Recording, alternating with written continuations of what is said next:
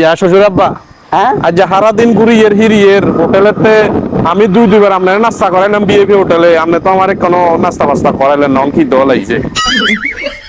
কিছু খাওয়াইলাম না, চলো সামনে চা দোকান আছে, চা খাই।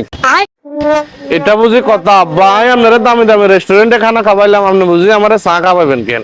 বাজিরে তুই খাইবা না খাইলে এটা ক, খাইলে আইও না খাইলে সোজা বাড়ি মেলা শুরু করো, আজকে বিল তোমার শ্বশুরে দিব। চা দুগা খাওয়াইবেন, বিলও আপনি দিবেন এমন ভাবে কন যেন 2 লাখ টাকা বিল দিবেন বিএপি হোটেলে লই যাই। ততক্ষণ বলে আগাতে থাকো চা দোকানের দিকে।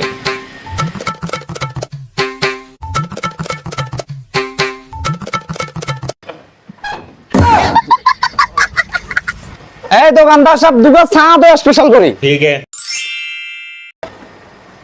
জামাই খাও খাও খাও। সাইক যা খাবার এমন ভাব করে যেন বিরিয়ানি খাবার। বাইফুত ধরো তোমার বিলটা ন। ভাই মনের মতন একটা শ্বশুর পাইছেন আপনি, নাস্তা করে আমার বিল শো দিয়ে দিচ্ছে।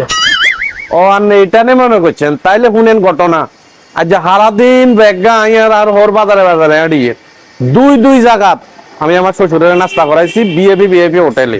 এখানে বিলও আছে বেশি, যখন দেখছে বিল আছে বেশি আমার হোর আসতে বাথরুমের নাম দিই কোথায় জানি চলে যায়। তো শেষ পর্যন্ত এখানে আসি, আপনার দোকানে চা খাইলাম 2টা, বিল আছে 20 টাকা। এই বিল 20 টাকা বিদায়, মানে কম বিল বিদায়, এই কারণে আমার হোরে আসি বিলটা দিয়ে যেতেছে।